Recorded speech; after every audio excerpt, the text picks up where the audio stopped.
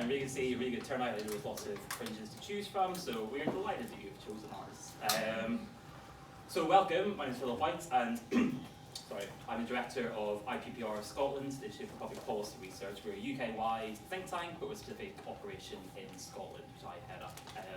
We're a progressive, cross-party think tank working across kind of the full range of public policy, but with specific interest in issues of social justice.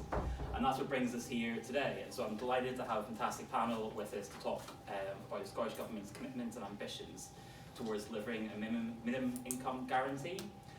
So as all of you will know, over the past few years, Scotland has really attempted to strike a different course, particularly since the devolution of substantial further powers around, in particular, social security, not least set against equally stretching and ambitious child poverty targets to effectively eradicate child poverty by 2030 in the face of the UK government scrapping their own targets. Meeting those targets, they are stretching, they are ambitious, so meeting those targets is going to require equally stretching, equally ambitious and equally radical action to do so. And that's why we're delighted to following work that IPPR Scotland and other organisations have done, that in their last manifesto, the SNP, and then in the programme for government, the Scottish Government, committed to kind of taking forward that idea of minimum income guarantee. That's a really substantial task. Will be no means easy, particularly will be no means quick, by no means a quick task, but a really bold and really ambitious kind of articulation of the kind of policy approach that Scotland wants to take, how it views social security, how it uses social security, kind of rejecting the punitive sanctions and conditionality regime of the UK government, and instead using it in a much bolder and more ambitious way to try and tackle the issues of poverty and inequality within Scotland. However, it will not be quick or easy. However, again, the Scottish Government is taking action where it can just now, for example, the introduction of Scottish child payment, but really in meeting that long-term commitment. I think part of what we want to explore today is what further steps the Scottish Government could or should take to really start to show the short-term steps and the short-term progress towards that long-term ambition and that long-term commitment. But as I say, we've got a fantastic panel. I'm particularly delighted, again, recognising that you face lots of requests and lots of pressures during conference time, to have Shona Robison, the Cabinet Secretary for Social Justice, Housing and Local Government, along to speak. Beside Shona is Birt, the Associate Director for Scotland for the Joseph Rowntree Foundation, and then finally Satwat, Rehman, the Chief Executive of One Parent Families in Scotland. So I will turn to Shona first to give some introductory remarks, followed by Satwat and then Chris. We'll have a bit of discussion following those remarks, and then most importantly, we will open it up to all of you here, because really welcome your thoughts, your views, your comments, and your questions to the panel that we have. So without further ado, welcome Shona. Thanks very much, Philip, and great to be here with our esteemed panellists who I know very well and look forward to having a chat. Now, I got a steer, it was 4 minutes, is that right? I don't know, if you spoke to Angela Constance, who spoke with our friends this afternoon, she would say you have much longer than that. Right, well, I'm going to, given the 4 minutes steer, I'm going to try to perhaps keep it. I mean, how do you keep something as big as this in 4 minutes? So I'm going to say something about minimum income guarantee in a moment, but I want to just set the context a bit before doing that, because the context at the moment is very, very challenging. We've got a cost of living crisis, we've got a Scottish Government that wants to do everything it can within a fixed budget, and we have a UK Tory government going in completely the opposite direction. A UK Tory government that has an ideology that is based around the outdated trickle-down economics that everybody in this room knows it does not work, that wants to make poor people pay for the tax cuts and the energy companies, the investment in energy companies over the next couple of years. Instead of a windfall tax, what we have is essentially a direction of travel where all of that hugely big investment in sums is going to come to be paid for by those who can least afford it. Now, the figure that is being bandied about, not least from Treasury sources, is £18 billion potentially of Whitehall cuts. Now, the significance there is that any cuts to Whitehall budgets that are in devolved areas have a direct consequence on the Scottish Government's resources.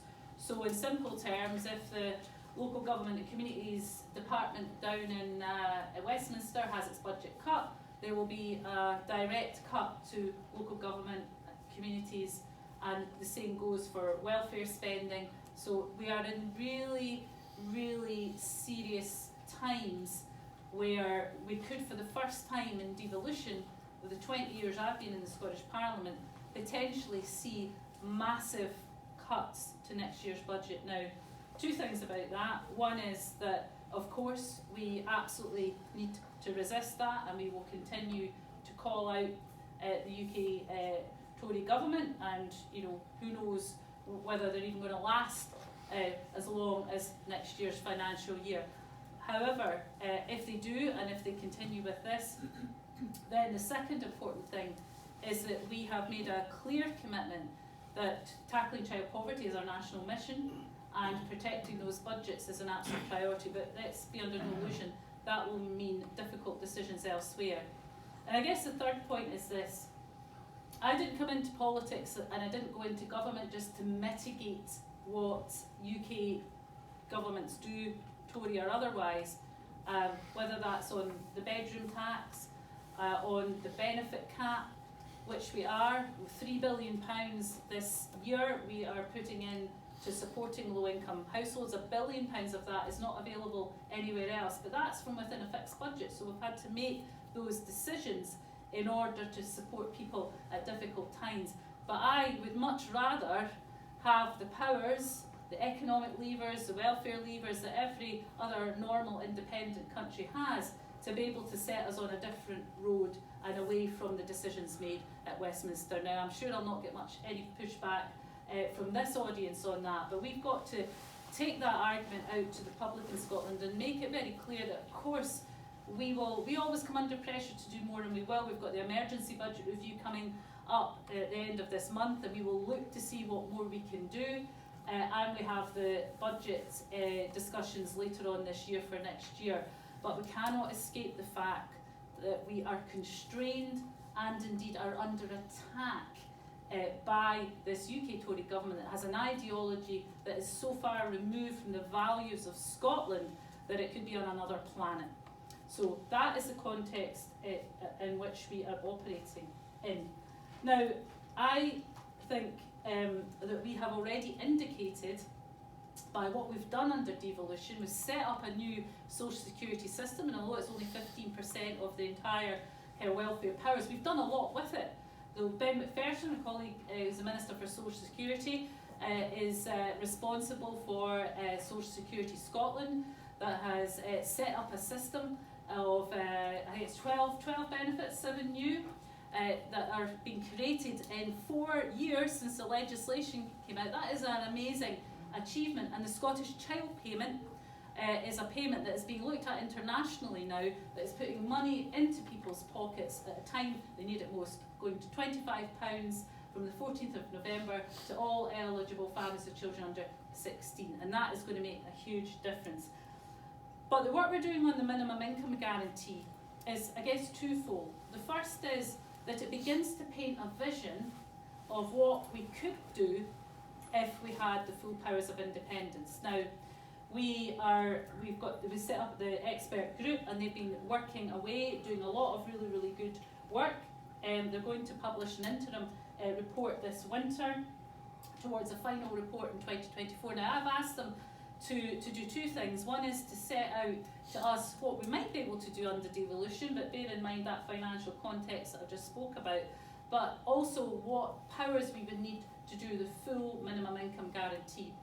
And for those of you who might not be as familiar with a minimum income guarantee, essentially it would provide an income by which no one would fall below, and that would probably be set independently, and it would be a combination of cash and in-kind services. So you can begin to think what might come into that support. You would have all your benefits and support, but you also might have income from work, you also might have childcare costs included in that, and it would essentially say that no one in Scotland will be expected to live below that income. So that begins to paint a vision of a different type of welfare system that goes beyond the kind of means testing that of course, you know, we have the Scottish Child Payment has had to be established through using top-up powers to existing reserve benefits. So people require to be able to access universal credit, for example, to get Scottish Child Payment.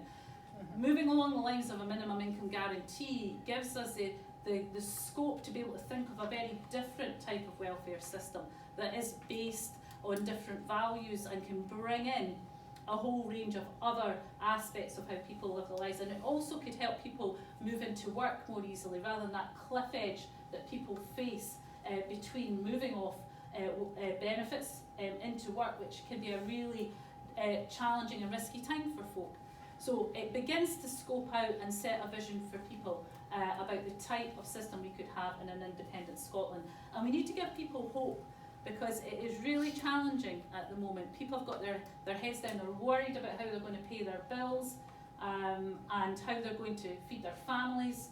And that is really difficult in an energy-rich country like Scotland.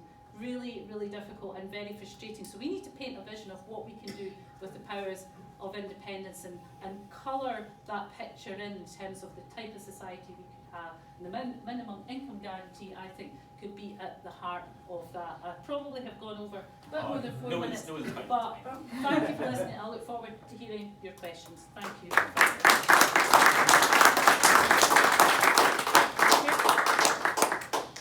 Thank you, everyone. I'm Satwat and I'm from an organisation called One Parents Family Scotland, also working with the Scottish Government expert group on what a minimum income guarantee could look like and what the vision for it is.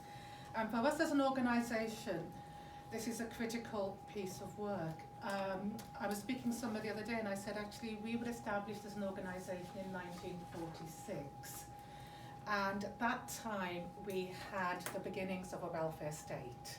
You know, there was hope, and you could see how things could be made a difference from what had been a really dire experience for unmarried mothers, as we were called then, to now, when we have got a perfect storm and a crisis of finance happening for single-parent families, but it feels like it's at a time when the support's being restricted from Westminster, particularly with the benefits, and the services are needing a bolster. And so that's why we're really keen to be involved in a minimum income guarantee. For us, it's critical because it allows the families we work with to be able to have choice, live a dignified life with adequate income, and we're looking at equity as being a key cornerstone of the society that we want to live in. Recognising people's needs are different, how much they need will be different, and the minimum income guarantee should be able to address all those variations.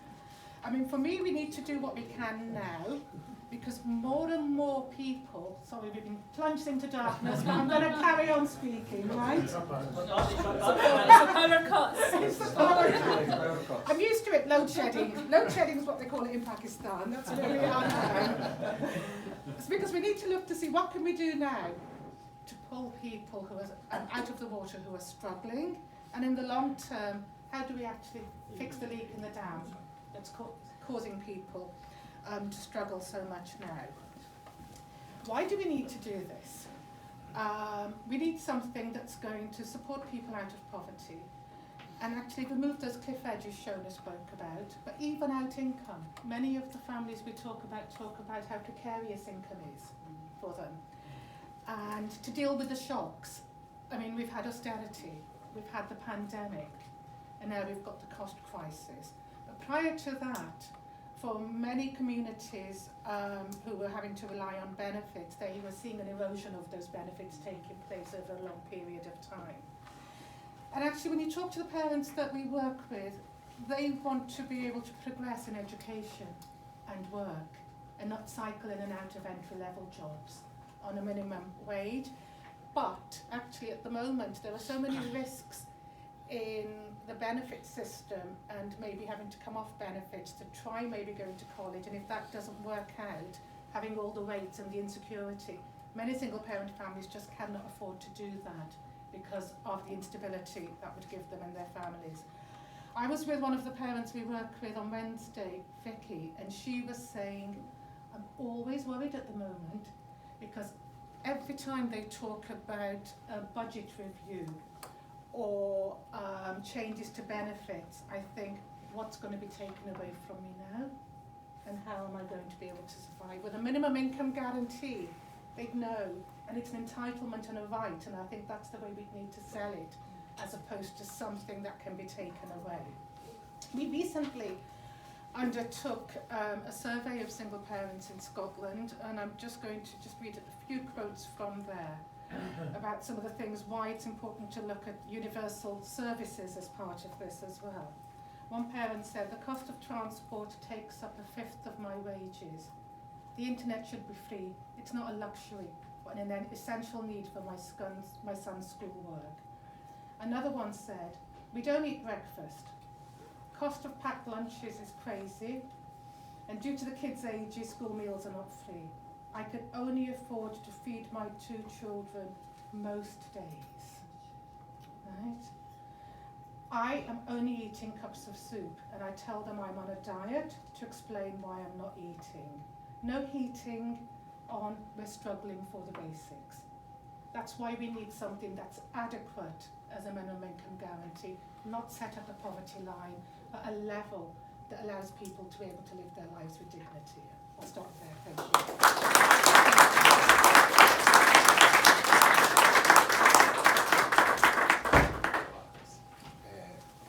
Thanks, Satwat. I mean, at this time, it's impossible not to talk about the cost of living crisis that we're in. I'd encourage people, if they're interested in that, to have a look at our Poverty in Scotland report that we published earlier this week.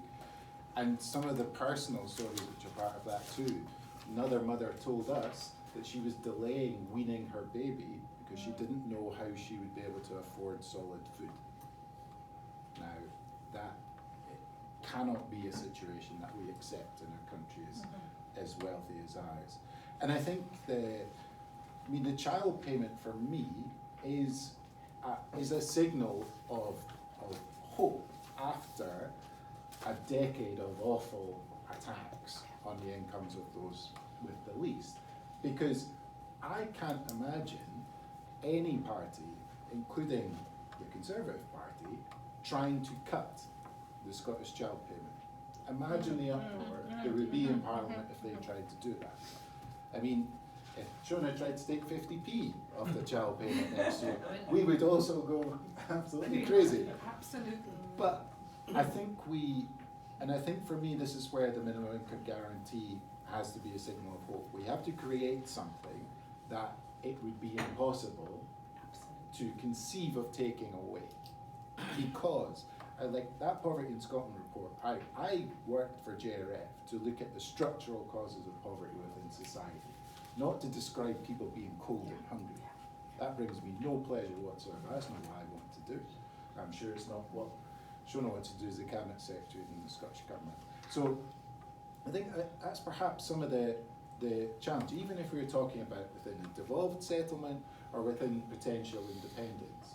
There is an argument that needs to be won, obviously around independence, and I won't get into any of that, but around social security, around the value of that. I mean, one of the principles of Scottish social security, which we really support, is that we see social security as an investment in our people. It's part of our key national infrastructures. It's important as the roads, but that's not been the debate.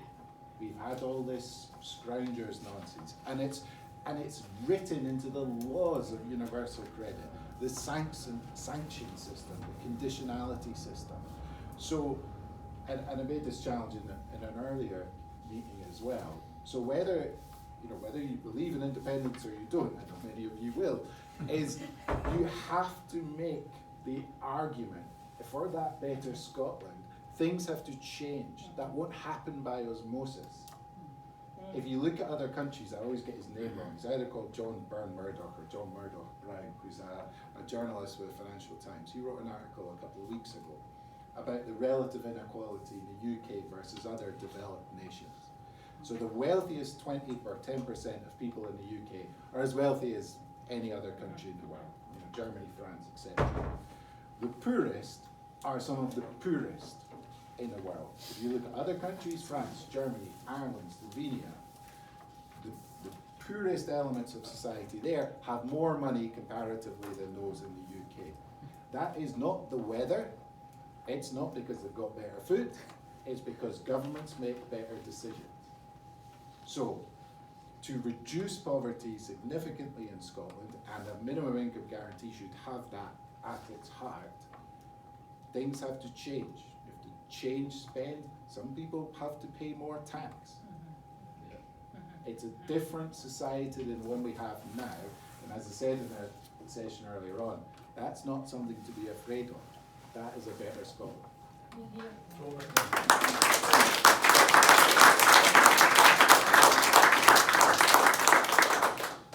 Thank you very much to everyone. I think that's given lots to talk about. I think that particular last point is really good while I was looking at some figures for a piece of work that we were doing the other day. I got reminded that Scotland has the lowest median wealth of all regions in the UK, however has the third highest wealth inequality in the UK. So really, really, really low median wealth being held, but actually it's concentrated, with higher levels of wealth are concentrated much further up. So it shows that kind of even within Scotland, within the UK there's work to do, and then establishing Scotland kind of as that fairer, more equal country clearly requires a lot of work, which is where again the principle I can make comes in. I suppose it'd be interesting to get the panels. I think a lot of our, before I come out to everyone else, which is one thing for me, a lot of this is focused on social security. I think we've already kind of recognised in these child poverty targets that it's been recognised that social security has had to do a lot of the heavy lifting in meeting child poverty targets, at least in the short term. I think a key principle of MIG, under which I think governments established it in their commitment, but that we were all signed up to as part of the expert group, is that social security is important in providing that safety net, but actually the sustainable route out of poverty has to come through good, well-paid jobs and employment. And actually that collective services you spoke about as well, Shona. So I suppose for all of the panel, if you were to set social security to the side just now, is working for people, and if not, how do we make it so? So you're absolutely right, and the Child Poverty Delivery Plan, of course, had 3 pillars. It had social security support, it had reducing household costs, and it had employment.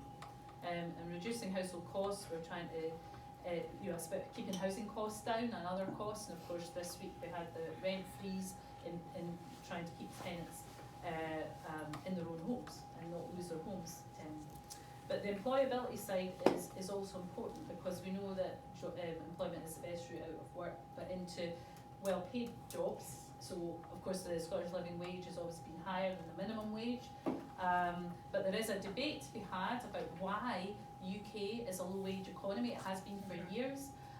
You go back to the Gordon Brown days, it was much applauded at the time for the tax credit system, which did lift children out of poverty, but it was also a symptom of a low-wage economy. So we need to, and looking towards independence with control over employment law, for example, in terms of the statutory minimum wage and making sure that's at a level that is appropriate, and feeding in, of course, to a minimum income guarantee. We need to make sure that people are able to access well-paid jobs. Childcare is a crucial part of that, and we had a discussion at a fringe meeting earlier on about, the Scottish Government's done a lot to increase access to affordable childcare, but it needs to be more flexible, it needs to work for people. But employers have a role here. They can't just put everything on to government. Employers have a role to be responsible employers, paying a decent wage, and indeed having flexible contracts that enable people to pick up their kids and work around childcare. And with as the skills shortage in so many areas, and if employers don't wake up to that, they're not going to be able to recruit people, and women in particular, into those roles. So we need to join the dots on all of that. We've just invested £1 million on new enhanced childcare in some of the poorest communities, one in my constituency, just so happens, and one in Glasgow, and that is around additional funded, free in many instances, childcare to support parents who are furthest away from the labour market into work, and I think that is important. But employers need to also pay a decent wage in order to avoid us people having to be on universal credit while they're working. And just finally on this, it is an absolute outrage and a real, if you weren't convinced about the ideology and the war on the poor that the UK Tory government has launched, you just need to look at what they've said about people on universal credit who are working. So as a working poor, that they're now going to go after them with sanctions if they don't provide evidence of getting more hours or getting better pay. Now you can imagine someone pitching up to their employer when they're on minimum wage or 0 hours contracts and say, oh Mr. Employer, you need to pay me more wages or more hours, otherwise I'm going to get sanctioned. That's just not a power relationship that exists in the real world for people. It might be someone on a 100 grand salary that negotiates their salary and their bonus every year. That's not where people are. And to threaten to sanction folk who are working 2 jobs and are getting a universal credit top up, for me it just says, it crystallises the different set of values that we have. And that's so far away from where we want to be in encouraging people into work that, as I say, it could be on another planet. Chris, I think for me, it's, you can go back to Jimmy Reed's speech to the Student Union of Glasgow Uni, whenever it was, in 1979, and partly there's the "we are not rats" element. Stop seeing people as productive units; they are people. But also the Hash's line, but it's the untapped resources of the North Sea are nothing compared to untapped resources of our people, and that's right. And we often see policy through the wrong end of the lens, as we talk about people being vulnerable or a long way from the labour market. It's the labour market that's a long way from them. Jobs that are inflexible for people with caring responsibilities, jobs that disabled people can't access, because of, frankly, sometimes lazy approaches from employers or discriminatory approaches from employers. And that's where we have to look at it, because that work will not be the route out of poverty for all people. That's why the minimum income guarantee has to be a guarantee. So we see, for example, people with babies. A third of all families with babies are in poverty. I mean, we talk, the Scottish Government talks, we talk as well about wanting to make Scotland the best place in the world to grow up. It's not that for a third of families. And that's a tragedy, something that we can fix. But yeah, I think on the world of work, we need to look at it through the other end of the lens. It's our workplaces that make people vulnerable. It's not the other way. Absolutely, couldn't agree more with what you've just said there, Chris, because work really isn't working for single parents at all, and but that doesn't mean that they're not in work. Actually, the rates of single parents going into work doesn't differ that from the second person in a couple. It's just staying in work that's a massive issue, and so it's the constant cycling in and out of entry-level, low-paid jobs, and it's the lack of progression, and that may be because they can only work at fixed hours, can't provide the flexibility, they can only work a certain number of hours, and actually may not be able to take part in the professional development that would allow for progression. And I think for a MIG to be effective, it has to have a route supporting people with training and qualifications so that they can get into the high quality work that we're talking about. I agree, employers need to change. We need to look to see what we can do to support employers to change. I really thought that the skills shortage might get them thinking about how they need to do things differently, but I don't see much evidence of that happening, and I don't know if that's because they don't know what to do, or it's completely out with their head. It's not something they'd think about needing to do. So I think there's an opportunity at the moment due to the skills shortage. It's just how we can get around the table with the employers to begin to talk about it. One of the quotes I read earlier, the parents spoke about a fifth of her salary going on transport costs, tickets to get to work. So I think we need to look at how we can support people with the costs of working, which could be childcare, it could be transport, it could be a whole range of other things that we can look at. I also think we need to be looking what we can do in Scotland with the thresholds for eligibility for certain things, like for example school clothing grants when people are in work. I mean, we had an example in Glasgow where somebody who had worked there ended up working for us, and we were ensuring a certain number of hours of employment on the real living wage. Started off doing the calculation with them around how much better off they'd be, and realised that they were no longer going to be eligible for things like school clothing grant. So we really do need to be looking to see what all these things are, that because the system's sort of been built up over years, we're not necessarily going to see what all those inconsistencies are in it. And I think what's most important for me with the MIG is we don't want the situation where people are having to work multiple jobs, 70 hours a week, and still be in poverty and be penalised for it. That has to be the principle of a MIG. So in terms of, because I'm just thinking about the fact that there are going to be jobs that are going to be created, jobs that are going to be changed as we move to a net zero economy in terms of, and as part of the just transition work there, we should be looking to see how we can support now with the training for some of the communities we're working with who are at the greatest risk of poverty. So they're benefiting from a more just future. But for me, also, the MIG is something that's about quality of life. And good quality work is part of that, but it should be an enabler to be able to do other things in life. And I think that's what we need to be judged on. Is a MIG going to support people to be able to fulfill their aspirations, their ambitions, and be able to have the time at home and the quality at home with their families, which they're finding hard to do at the moment.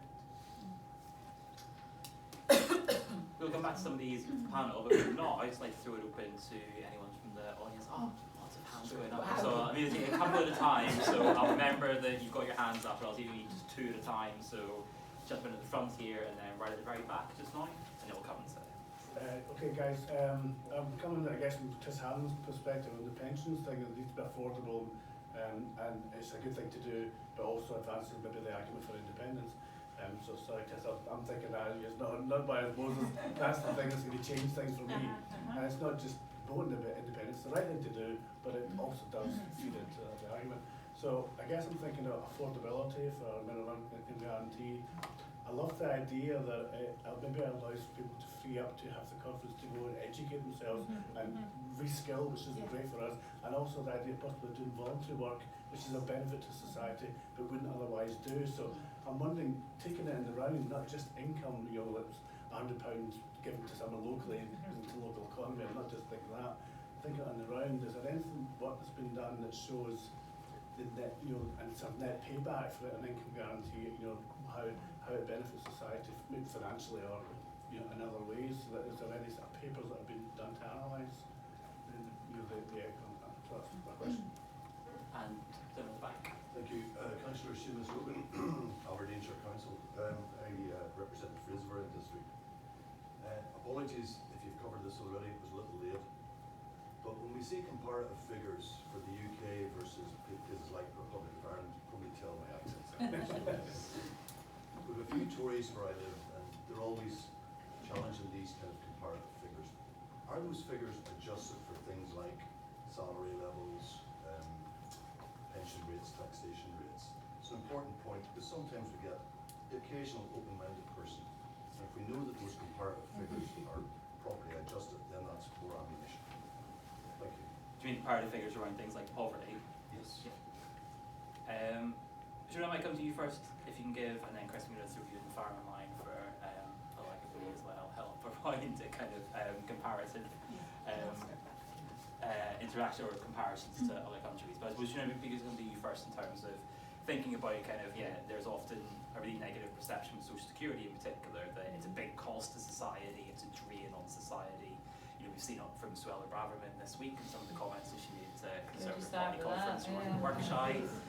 What I think Scottish Government comes from a different angle. What is your kind of approach around the cost is one thing, but actually the benefits and the savings that it brings back to society?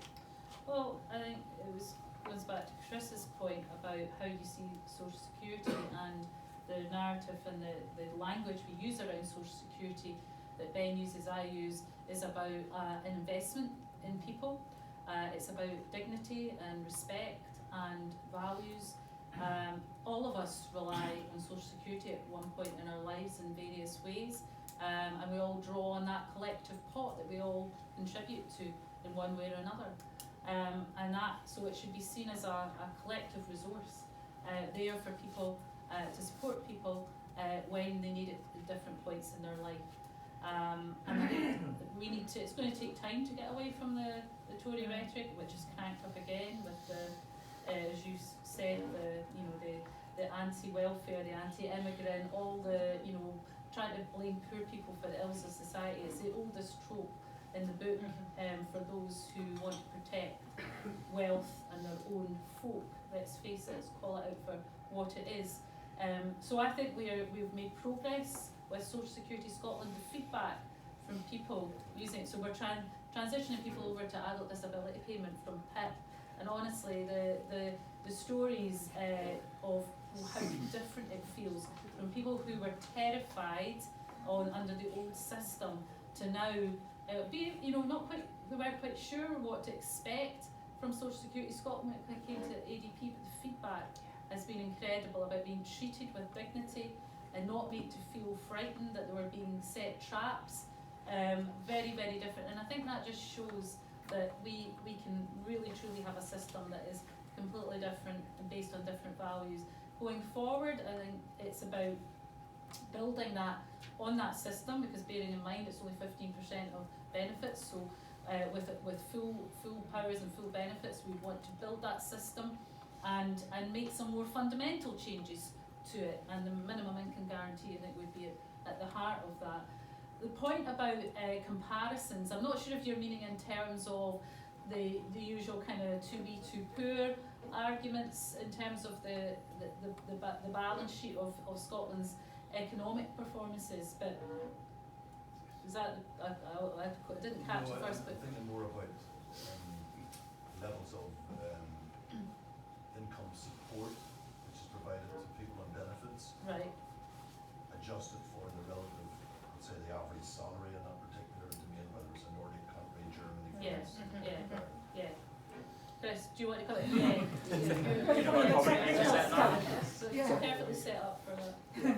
I think on that one, I mean, I don't know if you were here when I talked about some of the analysis that was in the Financial Times through the door. Yeah. So, I mean, that is taken mainly from EU stats figures, which are adjusted. The issue with Ireland is an interesting example, because Ireland has a more redistributive tax and benefit system than the UK. It does. It's more generous. It is. Like, this is the thing. I think somebody talked in an earlier session about whether or not the UK social security system should be more generous. That is not a question. It has to be more generous. But yeah, I mean, they're compared. The OECD do numbers as well, which you compare. The only weakness in some of those numbers, however, and for Ireland is a particular issue, is it doesn't include housing costs. So obviously housing costs are particular. I mean, they're an acute problem here, but they're also an acute problem in Ireland.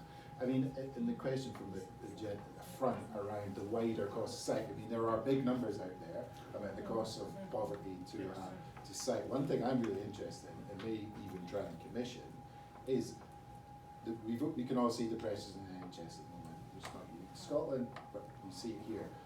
What would the demand on NHS services be if we had a half-decent social security system?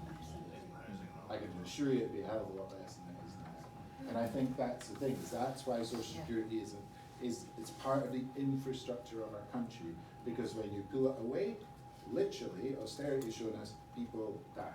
Exactly. Well, and just in case this goes out of my head, of course, we just had the report from the Glasgow Centre for Population Health that showed during the last austerity period there were 20,000 excess deaths in Scotland directly related to austerity. 300,000 across the UK, I think. It's people dying because of austerity, and that is what will happen again if it's left to its own devices and there's not we can turn down a different path. So I think that would be an extremely useful piece of research. Go for it. I'll come to you first whenever we come to the next two questions. Okay. Is that all right? Sure. But yeah, I was just going to say, we did a fringe this afternoon on health inequalities with Angela Constance and the Health Foundation.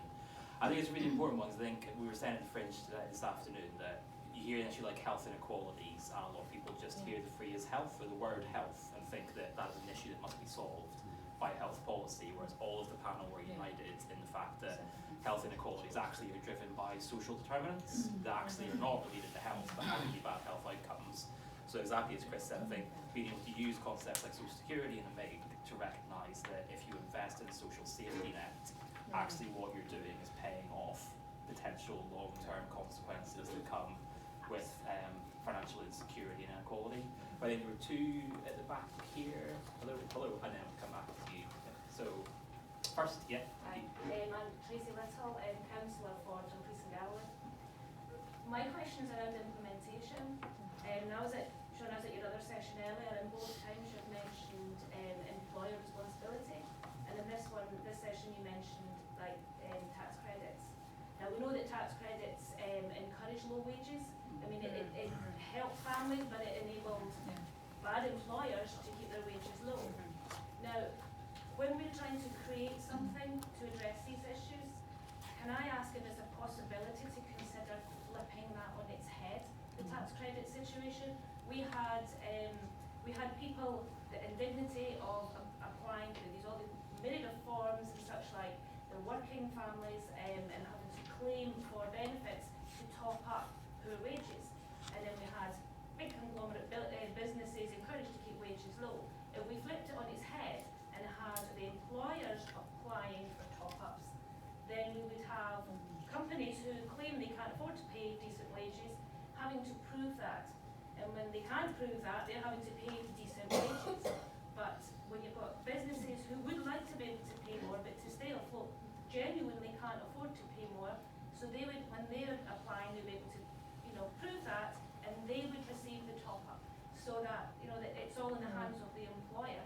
And it would wheedle out the bad industries that are not paying decent wages, and it would help probably small businesses to be able to employ and give decent wages. Is that a possibility for us to consider when we are in an independent Scotland, that we are trying to address these issues? So let's take one more and then we can do both. So back. Yeah, Christian Fraser, Equalities Convener. It's actually just linking really to kind of the question that was just asked. I wear many hats. I'm also a trade unionist, and I've been out on strike this week in the higher education sector. Part of the issue is, I think, that we as a society, whether consciously or unconsciously, enable bad bosses and bad employers to get away with poor pay. Now, my employer, to use an example, is actually in this bizarre position where they're not hiding the fact they've got the money. They're actually sending letters to all staff saying they've got loads of money, but they're not actually willing to raise people's pay.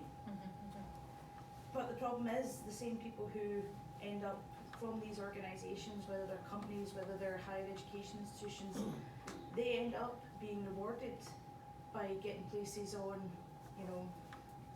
kind of working groups, working with the Scottish Government, working with the UK Government, being special advisors, or they get contracts from either Scottish Government, local authorities, or the UK Government.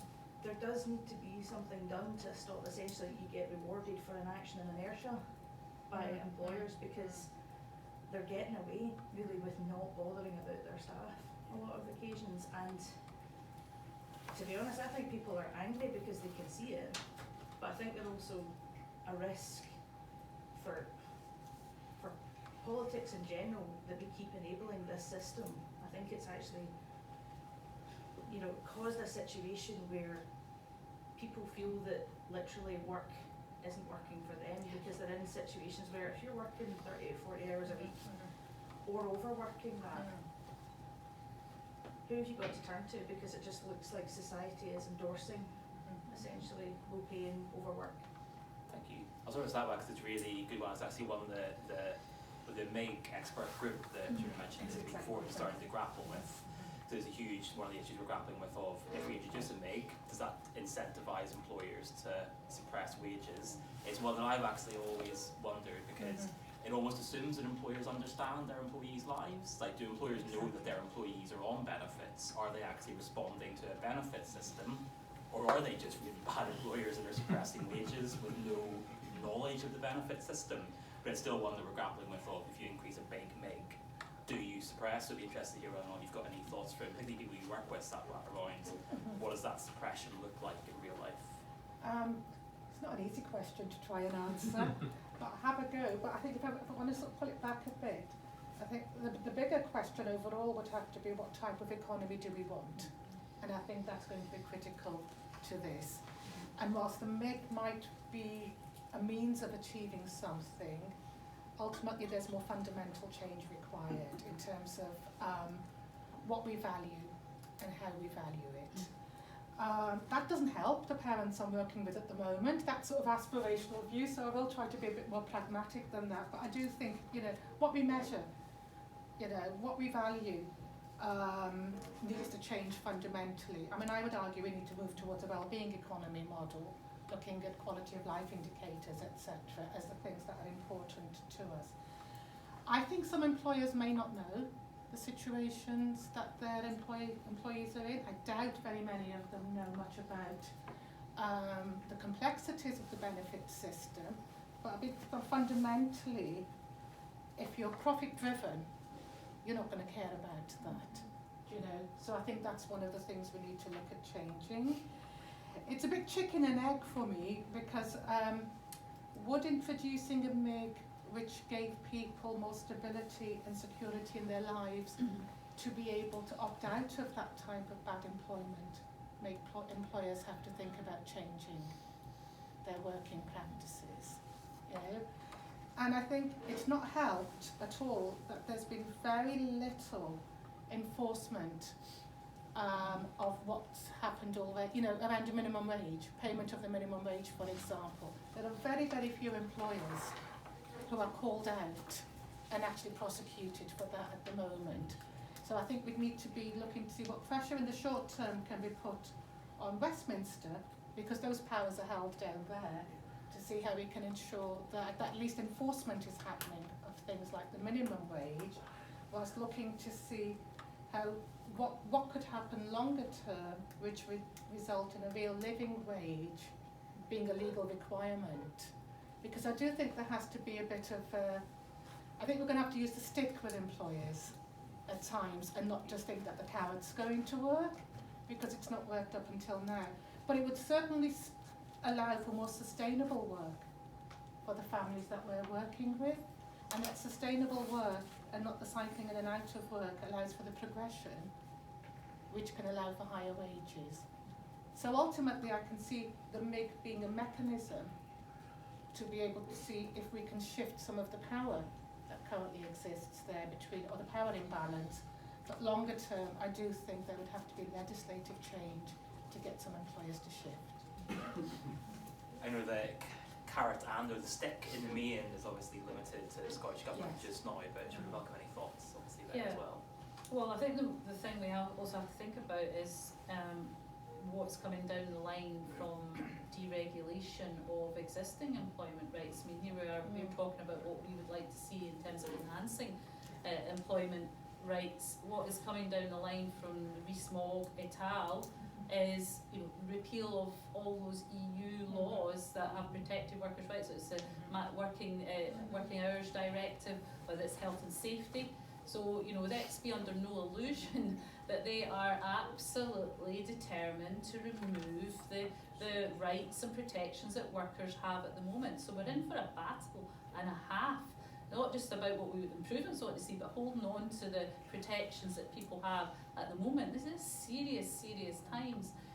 But looking ahead to what we would want to do, absolutely. I think that one of the limitations of a MIG under devolution is not being able to have all the bits of the jigsaw, and the important bits of the jigsaw in getting a balanced approach and using all the levers are on macroeconomics, so you can decide your corporation tax policy and rates, your business taxation, your minimum wage that will be a statutory requirement, as well as how you might help small and medium enterprises. It might be a handful of people where they may struggle to pay the minimum wage, which would be set at a higher level.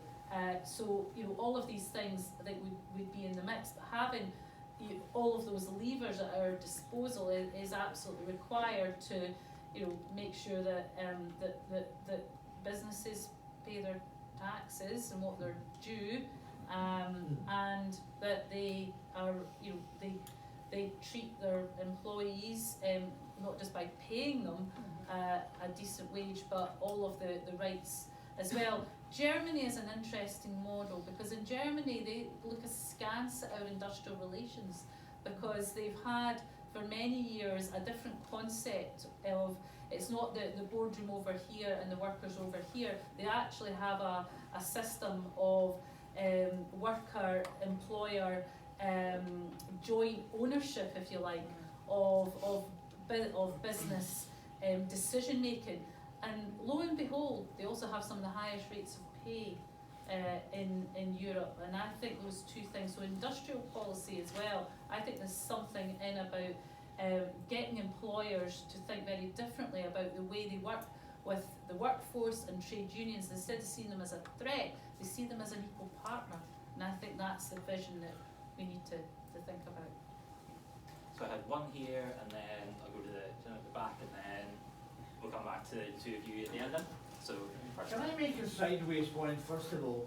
That it's interesting that radical ideas can be discussed in fringe meetings like this, but are actually de facto debarred from being heard in the main conference hall.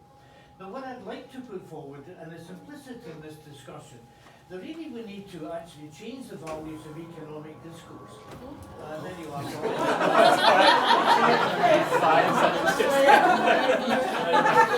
See what you've done? Literally attacked by a projector screen. Oh, thank you. Thank you. So the technology's got a life of its own. Nobody leaves until they hand over their wallet. Absolutely. There's an X-Files episode all about how technology takes over. Sorry, sir. Well, there may be a drone hanging about outside, which is now going to be barred off when that comes, so maybe we should leave it down.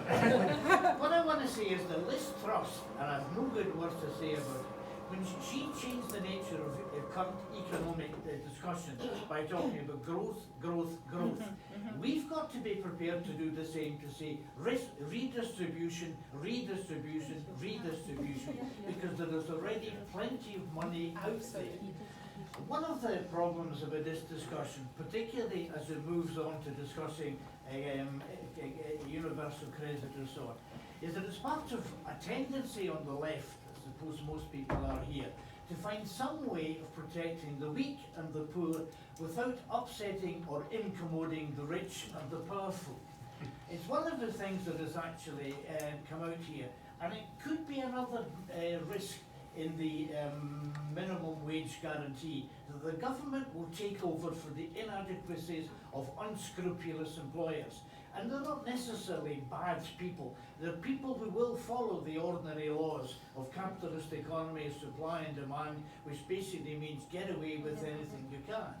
So I really would like to hope that the Scottish National Party government, and I know all about the restrictions that they have under devolution, that their aim will be to enforce wages, I mean minimum wages, in a way which has not been done, as we've heard from people who are working in this particular sector.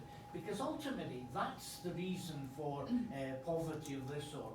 It's not that this is a poor country, it's that the wages and the wealth of this country is very, very badly, very inequitably, very unequally distributed.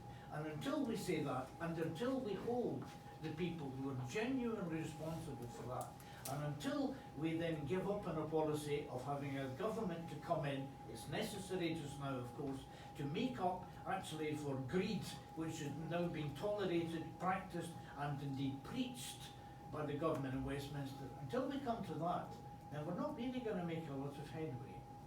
I think we should have left after the closing statement. Thank you very, very much. One on the back as well. Thanks. My name is Scott Dorrell. I'm with the SNP Trade Union Group, and also on Unison Scotland's National Local Government Committee. I chair the Housing and Welfare Issues Group in our union, so I've got a big interest in this. I think a couple of comments and a very quick question. I think the contrast, the stark contrast between Social Security Scotland and what's happening at a UK level could not be starker. And I say this, I mean our trade union reps are couple of weeks ago. I was involved in some of the early meetings when Jane Freeman has helped to set it up. And as Shona mentioned earlier, the transfer from PIP to adult disability payment, we have members who claim these type of benefits. And I make the point that they don't have to go through that grotesque and obscene assessment process now. So I think the building blocks of a better society, we use the word hope, absolutely, compassion, light and banish Tory darkness. We need all that, and this is not a criticism by the way, we need it quicker. We need independence, like we've never needed before, that's just my personal view, because with the levers independence and the fiscal powers that we'll have, we'll be able to do a lot of this, the minimum income guarantee, all the rest of it. I think my question, very quick question, I know you've looked at the Finland model, Shona, which is, Finland's very good because they're always the top 5 indexes of happiness, health and well-being in terms of they called it the universal basic income. Is there any lessons we can learn for that? Or are you sort of taking the best bits out of that? Because I know there was issues with it. Thanks. Thank you. Maybe to Chris first, because I know that you probably would not want to miss the opportunity to talk about redistribution and bashing the rich and powerful. Yeah. Can I get a T-shirt with your face on? I do think, like, I agree with you. I think we do need to, because we have, for most of my lifetime, we have been trained to think that we are this gallivanting, selfish country that I don't think is genuinely most people's views. If you look at this polling, Mark Diffley's company do polling every quarter where they look at, does this economy work for you? And 70% of people say no, and that's probably lowballing it. That's because another 20% have heard this all your life, is that we need to make other people richer so that you can't be poor. It's bollocks. It doesn't happen. Yeah. So yeah, I agree. Well, just to come back to, I'm sorry I've got your name, the point at the back around, idea of kind of pushing the bureaucracy, as it were, onto employers or individuals. I do think this is something that we need to think about. We treat people claiming benefit, well, the DWP treat people claiming benefits like they're criminals. They probably treat some criminals better. You are guilty until proven innocent. And we don't treat businesses the same. We do it in some I'm sure businesses would say, well, I tried to get planning for this thing and it did my head in, and they're probably right. But if we're talking about deregulating things for businesses so they could be more productive, we should think about the same for individuals, because we put enormous bureaucratic pressure on individuals. And the way that Social Security Scotland have, it's a cultural thing. It's trained, you've got to start with a culture, change that culture, and I think it's a similar around redistribution. So Finland, we're looking at lessons from everywhere that has done something, elements. No country has ever really done minimum income guarantee to the full extent. So countries have done bits of it. So we would model what would work for Scotland, and that's quite right and proper. On the look, as a Scottish government. We've been in power for 15 years. Is everything we've done absolutely perfect, and could we do more? I think the answer is, we've not done everything perfect, and yet there's always more we can do. But actually, the things we have done kind of shows the opportunity of doing things differently, even under devolution with all the constraints.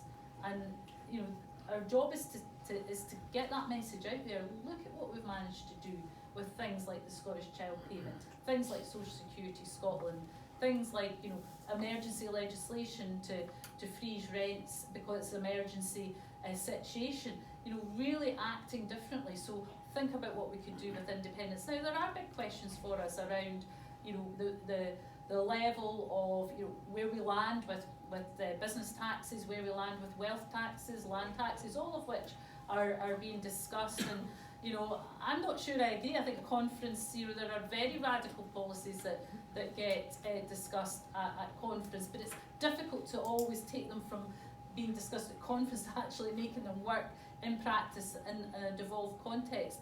But looking at those potentials of landing in the right place, that those with the broadest shoulders, pay more. Now, we've already done that with the limited taxes we have in Scotland in terms of income taxes, much to the criticism of the opposition, Tories particularly, but people who are wealthier in Scotland do pay more tax, and I think that signals what, you know, the type of Scotland that we want to see, where those with the broadest shoulders pay more, businesses pay what they're due, and they're held to account to do that, and that we are able to support people in a system that is a collective system of support that everybody uses at one point or time in their life. And I think that is the vision we need to go out on the doorsteps and talk about. And it's a million miles away from what faces people of that alternative future if we don't do that over the next 5-10 years. We need to paint that tale of two futures to people. Really, really. So we've got time for, right, because once you've had your hands up, we don't want to leave you hanging, so we've got time for 2 very quick comments at the back here. I'll let you go first. Yeah, very quickly, I think it's been covered both by your speech and also by, I think Shona, you really touched on it. The party has started.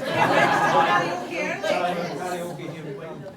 But it was just about, I suppose, the minimum income guarantee in a way, we can't deliver this now because we don't have all the levers, but the very aspiration begs the question about what is it an independent Scotland needs to do to be able to deliver that and make it a credible guarantee and not a DeLorean guarantee. So the very levers about making sure employers are held to account, paying the living wage, and also even keeping tabs on inflation and energy, because you could have private companies saying, well, if your income guarantee matches step for step the cost of living to make sure everybody's got enough, it means you're going to get reamed by no energy caps. You know, oh yeah, let's charge them because again, the guarantee. So those levers are many things we need in an independent Scotland to make sure that the holistic country functions in such a way that a minimum guarantee is actually credible. So it's really just and bear in mind we'll have power over energy generation as well as retail, and having all of those levers, as other countries have done in their response to the energy crisis. They've done things far more progressive than has been done in the UK. There are elements of the MIG that we can do under devolution, and we will, not least to show what can be done and testing out and showing a direction of travel and putting in place the building blocks to what we would then be able to do with the full powers of independence. And all of those aspects come into it. It's a jigsaw, we need all the pieces of it. And that's one. My one was just a quickie on Councillor for London, Helen's Passaic. Now, not my ward, because my bit's the populated bit, but across Argyll and Butte, we've got some tremendous problems in rural areas. So with a minimum income guarantee, that'd be great, but would it be taking into account the disparities in rural areas? Because someone driving to work in a rural area, that might cost 10 times what getting to work on public transport within the middle of Glasgow, and there isn't public transport before someone that says, oh, well, people should be using more public transport. Great, that doesn't work in rural Argyll all the time. And the second bit was, how do you, if it's not a universal basic income that everybody gets, if it's just a minimum income guarantee, how do you scale it? Because otherwise it just becomes income support all over again, albeit slightly high level, where someone who's on the cusp of it decides, well, I'm no better off working because I work, I'm not getting any extra money because it will just get cancelled out by the rate. So how do you scale that so that it doesn't just become income support by default? So I was going to say, Chris, very quickly, if you want to cover the rural bit, because I know JRFs look at this as some of their work, because I would maybe wanted to say very quickly, kind of in terms of what, I suppose it's ultimately what does success look like, so we're not just creating a slightly better UC system, and then Shona will come to you for final thoughts. Yeah, that's fine. Perfect, thank you. Very quickly, one of the things that we've looked at in the expert group is how the minimum income guarantee would relate to what's called the minimum income standard. So a publication that JRF do every 2 years, which is a peer created understanding of what people in the UK, and it's done at a UK wide level, think is a decent standard of living. So it's not a poverty line, it's living and participating in society. But one of the things that we noticed is that it just wasn't applicable for rural areas, and so Loughborough University, who do particular groups in rural and island Scotland to create a separate rural and remote communities, as they call it, minimum income standard, which is higher for rural areas for the very reasons you said. I'm not going to say much on top of that, but right at the very start I'd spoken about equity being one of the things that I think we can really achieve for something like a minimum income guarantee. And I mean, Philip knows more about this than I do, but we've got a whole series of working groups and work streams working as part of the minimum income guarantee, and one's looking at levels, one's looking at equality issues, because we know that and this is what I like, the idea of a minimum income guarantee more than a UBI, because it recognises that the needs in different areas for different families and households is going to vary. You know, a household where there's somebody living who's disabled may well have to rely more on social security, have higher costs. You know, there might be certain types of transport costs required.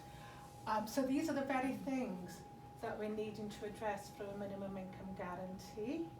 And we don't quite know how yet, we're still trying to work that out, and I think it's fair to say that.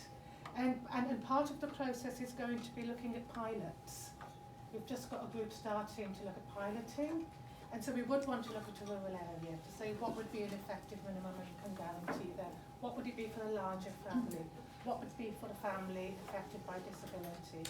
What would it be for the single parent whose childcare requirements are going to be so much greater because there's no one else to share it with? And that's the beauty of a MIG.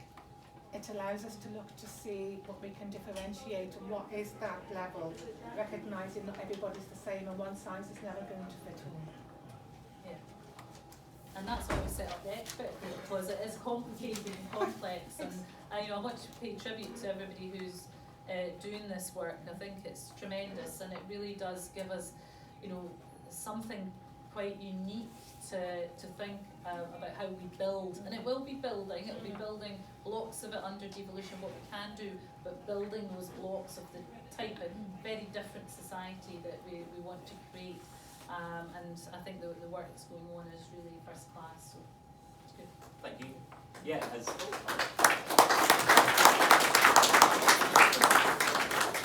Shona alluded to, the expert group will be publishing an interim report for the end of this year and then a final report. I think our hope in that group is that it's credible to government, but also that it challenges them.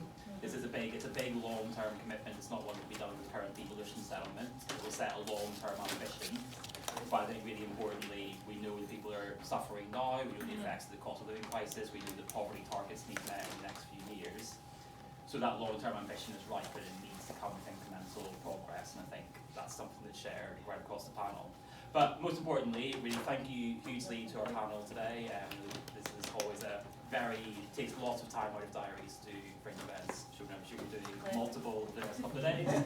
And most importantly, thank you to all of you that came along, took part and asked questions. Really good event. So thank you very much, and enjoy the rest of the conference.